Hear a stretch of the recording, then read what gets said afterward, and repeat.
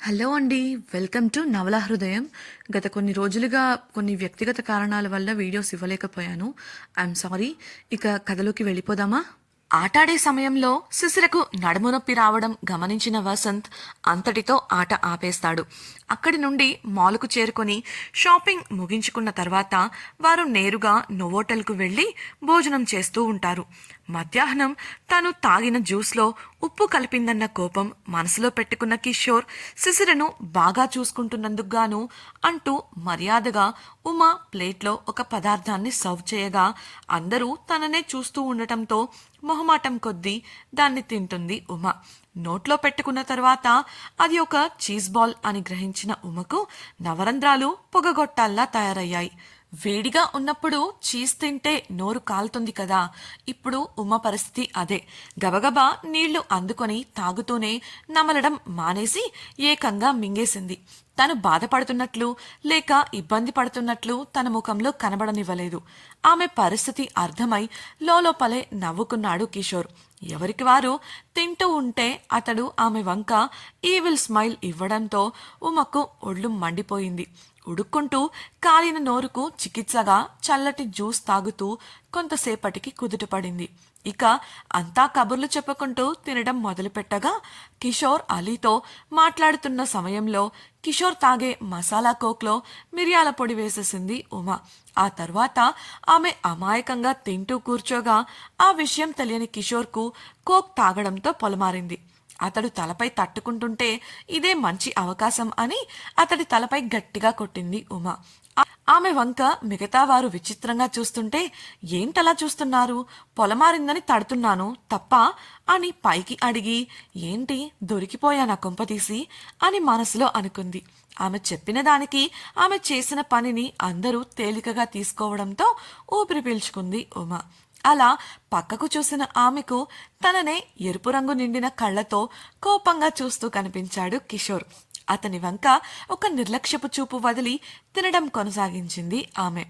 భోజనం చేస్తున్నంతసేపు వారిద్దరూ ఈ విధంగా ఏదో ఒకటి చేసి ఒకరినొకరు ఇబ్బంది పెట్టుకుంటూనే ఉన్నారు.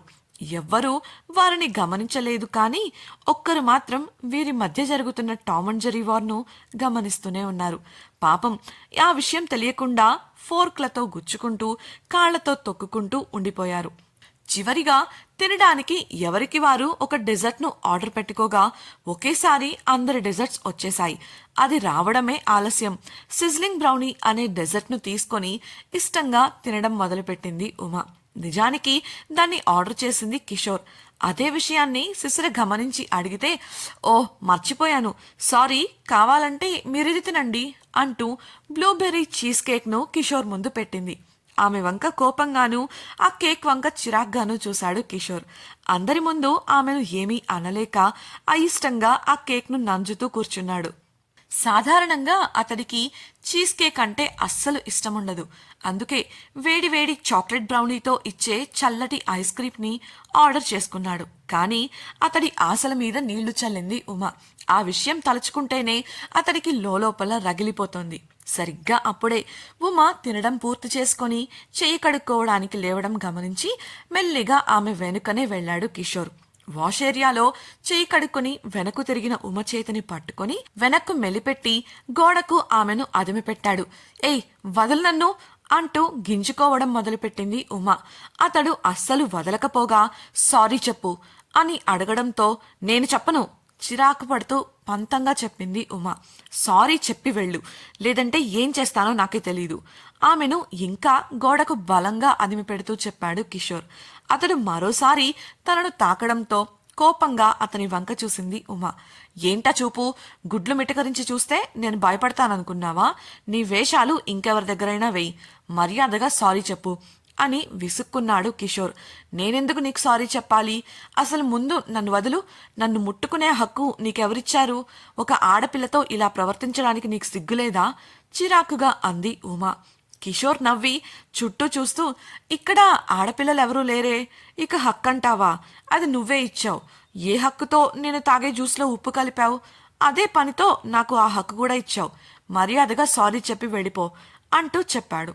వీరి వాదన ఇలా ఉంటే మరోవైపు డైనింగ్ టేబుల్ దగ్గర పరిస్థితి ఇంకోలా ఉంది.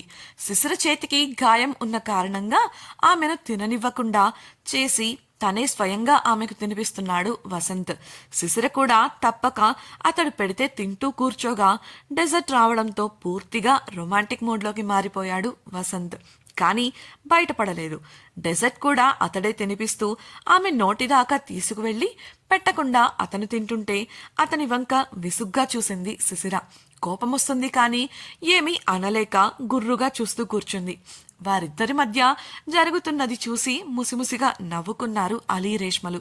అలీ కూడా ధైర్యం చేసి స్పూన్తో తన ప్రేయసికి తినిపించాలని డెజర్ట్ను రేష్మ నోటికి అందివ్వగా ఆమె ఒక్కచూపు పదునుగా చూసేసరికి తన ప్లాన్ డ్రాప్ అయ్యాడు అలీ. అవతల కిషోర్ ఉమను ఇంకా వదల్లేదు. ఉమ అతనితో కోపంగా, రేయ్ వదలరా నన్ను, ఇదే నీకు లాస్ట్ వార్నింగ్, వదలకపోతే అని అనగా, వదలకపోతే ఏం చేస్తావు రెచ్చుగా అడిగాడు కిషోర్. ఉమా ఆలోచించి, అరుస్తాను, అప్పుడు నువ్వు చేసే ఈ చెత్త పని అందరికీ తెలిసి నిన్ను చితక్కొడతారు అని బెదిరించింది. కిషోర్ ఆమె మాటలకు వెటకారంగా చూస్తూ, ఓ అయితే అరువు, చూద్దాం ఏం జరుగుతుందో. బహుశా వాళ్ళు వచ్చేలోపు నేనేదైనా చేయొచ్చు, అది ఇంకేదైనా కావచ్చు. ఉమను పైనుండి కింది వరకు చూస్తూ చెప్పగా గతుక్కుమంది ఆమె. ఏంటి అలా చూస్తున్నావు, అసలు వదలు నన్ను అని తడబడుతూనే అరుస్తూ ఆమె గింజుకుంటుంటే, సారీ చెప్పు వదిలేస్తాను ధీమాగా చెప్పాడు కిషోర్. నేను చెప్పను, అసలు నా అనుమతి లేకుండా ఆ రోజు నన్నెందుకు ముట్టుకున్నావు, ఇప్పుడు కూడా అదే తప్పు చేస్తున్నావు, నువ్వే నాకు సారీ చెప్పు పౌరుషంగా అంది ఉమ. కిషోర్ చిరాకు పడుతూ ఆమెకు సమాధానం ఇచ్చేలోపు ఆ గదిలోకి అలీ రావడంతో అది గమనించి ఆమెను విడిచి సింక్ దగ్గరకు వెళ్లాడు అతడు. ఉమా అలీ రాకను గమనించి కిషోర్ వంక కోపంగా చూసి అక్కడి నుంచి వెళ్లిపోగా అలీ వాళ్లను అనుమానంగా చూశాడు. డిన్నర్ పూర్తి చేసుకుని వారు ఇంటికి తిరుగు ప్రయాణం అవ్వగా దారిలో కార్ ఆపించి శిశిరతో పాటు దిగేశాడు వసంత్. అదేమంటే వాకింగ్కి వెళ్లి వస్తామని చెప్పి పంపేశాడు. వారు వెళ్లగానే శిశిర, ఇక్కడ ఎందుకాగాం వాసుగారు అని అడగగా అక్కడికి కాస్త దూరంలో ఉన్న పార్కును చూపించాడు వసంత్. అది వారు అంతకుముందు వచ్చిన పార్కే. విద్యుత్ దీపాలతో దగదగా మెరిసిపోతూ చాలా ప్రశాంతంగా ఉంది. రాత్రివేళ కావడంతో ఎక్కడన్నా ఒక జంట తప్ప పెద్దగా జనమెవరూ లేరు. ఇద్దరూ కలిసి ఆ పార్కులోకి నడిచారు. ఇద్దరి మధ్య మౌనం. వసంత్ మౌనంగా ముందు నడుస్తుంటే అతడిని అనుసరిస్తోంది శిశిర. గతంలో వచ్చినప్పటి సంఘటన ఆమెకు గుర్తుకు వచ్చింది. అతడి చేతిలో చేతిని కలిపి ఇద్దరూ ఒక్కటిగా అడుగులు వేశారు. కాని ఇప్పటి దూరం ఎందుకో ఆమెకు ఆ క్షణం నచ్చలేదు. అతడి చేతిని అందుకోవాలని మనసు ఆరాట పెడుతోంది కానీ అందుకుంటే అతడేమంటాడు అన్న జంకు. అంతలోనే అంతరాత్మ అందుకోమని నమ్మకంగా చెప్పడంతో ధైర్యం చేసి అతడి చేతిని అందుకొని అతడి పక్కన నడిచింది. తన చేతిని పట్టుకున్నందుకు అతడు ఆమె వంక చూడగా ఆమె మౌనంగా తలదించుకొని ముందుకు నడుస్తూ కనిపించేసరికి అతడి పెదవులపై నవ్వు విరిసింది. ఆమె చేతిని బలంగా పట్టుకొని ఉత్సాహంగా ముందుకు నడవగా ఆమెకు లోలోపల కొంత ఊరటగా అనిపించింది. కొంతసేపు అక్కడక్కడే తిరిగి అలసటతో ఒక బెంచ్ పై కూర్చున్నారు ఇద్దరు. వసంత్కు మనసు ఏదోలా అనిపిస్తోంది. అందుకే ఇలా వాకింగ్ కోసం వచ్చాడు. అతడు శిశిర ఒడిలో తలవాల్చగా ఆమెకు మనసులో కంగారుగా ఉన్నప్పటికీ అతడి కోరికను కాదనలేక చుట్టూ చూస్తూ ఉండిపోయింది. ఆమె ఒడి అతడికి సాంత్వన కలిగించినట్లుగా అతడి కళ్ళు అప్రయత్నంగా మూతలుపడ్డాయి. కొంతసేపటికి అతడు నిద్రపోతున్నట్లు గ్రహించిన శిశిర అతడి నిద్రకు భంగం కలగకుండా కదలకుండా ఉండిపోయింది. నిద్రపోతున్నప్పుడు పసిపాపలా ఉన్న అతడి రూపం ఆమెను ఆకర్షింపచేయగా ఇష్టంగా అతన్ని చూస్తూ ఉండిపోయింది. గంట తరువాత తన గదిలో ఉన్నాను అనుకుని పక్కకు తిరిగిన వసంత్కు మెత్తగా తగిలిన ఆమె ఒడికి మెలకువ వచ్చి కళ్ళు తెరిచి చూశాడు. తాను ఆమె ఒడిలో నిద్రపోయినట్లు గుర్తించి కళ్ళు రుద్దుకుంటూ లేచి కూర్చున్నాడు. నిద్రమత్తు వదిలించుకుని లేచి కూర్చునేసరికి శిశిర చుట్టూ చూస్తూ ఉంది. అప్పటికే చాలా ఆలస్యం కావడంతో లేటైంది శిశిర, పద వెళ్దాం అని చెప్పి ఆమెతో కలిసి పార్కు బయటకు నడిచాడు. వారు బయటకు వెళ్లేసరికి ఎదురుగా కనిపించిన వ్యక్తిని చూసి ఇద్దరు నొసలు చిట్లించారు. ఆ వ్యక్తి వారితో చెప్పిన విషయం విన్న ఇద్దరిలోనూ కలవరం మొదలైంది. ఇంతకీ శిశిర వసంతులకు ఎదురుపడిన వ్యక్తి ఎవరు? ఆ వ్యక్తి వారికి ఏం చెప్పాడు? వారి కలవరానికి కారణమేంటి? ప్రక్కప్రక్కనే ఉన్నప్పటికీ శిశిర వసంత్ మధ్య ఉన్న ఎడబాటుకు కారణమేంటి తెలుసుకోవాలనుకుంటున్నారా? అయితే ఛానల్ను సబ్స్క్రైబ్ చేసి వసంత శిశిరం రాబోయే ఎపిసోడ్స్ తప్పకుండా వినేయండి. అలాగే మీకు ఈ వీడియో నచ్చినట్లయితే లైక్ చేసి మీ సన్నిహితులతో షేర్ చేయండి. మీ అభిప్రాయాలను మాతో పంచుకోవడం కోసం కామెంట్ సెక్షన్లో తెలియజేయగలరు. ఇట్లు మీ నవలా హృదయం team. Thank you for listening.